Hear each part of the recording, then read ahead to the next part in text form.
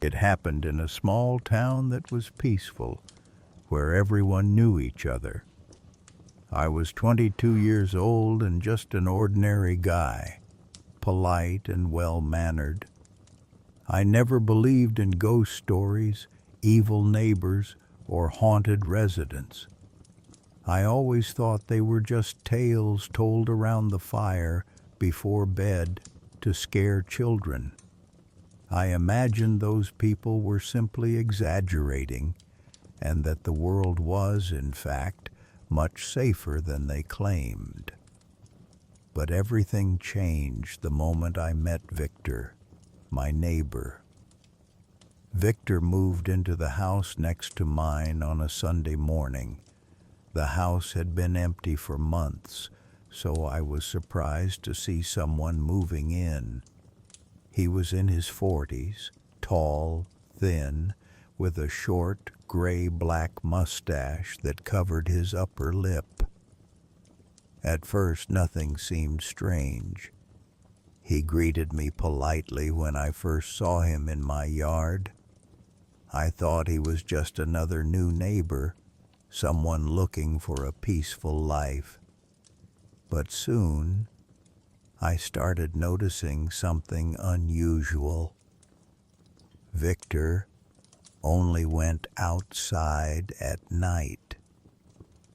At first, I didn't think much of it.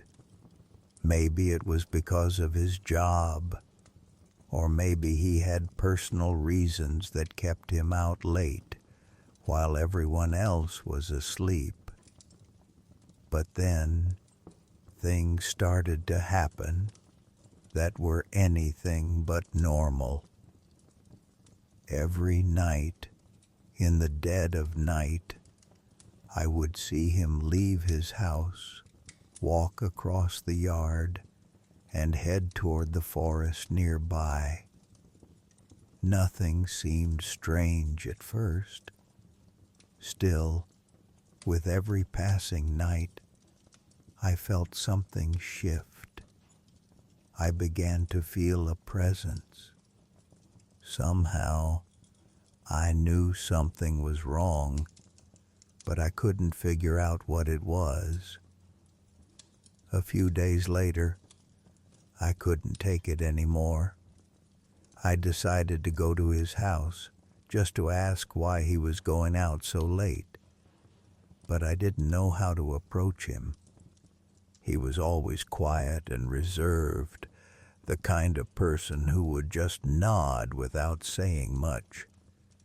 But I had to know, so I gathered the courage and went over. That day, something changed. I was walking home when I passed by his house. It was dark, but the light from his window was bright. I stopped for a moment and felt an uncomfortable chill. Through the window, I could see Victor sitting in front of a mirror, but something wasn't right. Although the mirror reflected his image, his movements didn't match his reflection. There was something strange in him, something that wouldn't let me move. My heart raced, but I couldn't look away. At that moment, I realized that there was something in his house, something that wasn't human. I could feel it, something dark, deep inside him. I knew he wasn't just what he appeared to be. There were signs of something worse. I tried to shake off the feeling, but over the next few days, nothing felt right. I began to notice more strange things. Every morning, there would be stains in the yard that I couldn't explain. Red stains, resembling blood. I didn't know what to think. Nothing made sense, but the sense of unease kept growing stronger. Weekends were even worse. There were no sounds, no children laughing, no conversations. Victor was becoming more silent and withdrawn. One night I couldn't sleep. I thought it was best to go and see what was really going on. I decided I couldn't wait any longer. I went to Victor's house. When I got closer, I realized that his door was wide open. A dark, foul smell came from inside. It was a smell I couldn't place, something old and decayed. I don't know why, but I felt something was wrong. I stepped inside. The light in the living room was dim. Everything was quiet. At that moment, Victor wasn't there. On the table, there was a small black box, glowing faintly in bluish light. I don't know what made me open it. Maybe it was curiosity, maybe something deeper. When I lifted the lid, there weren't just objects inside. There were small stones, but they were strange, alive. They vibrated. They jumped the moment I touched them. At that instant, I felt Victor's presence.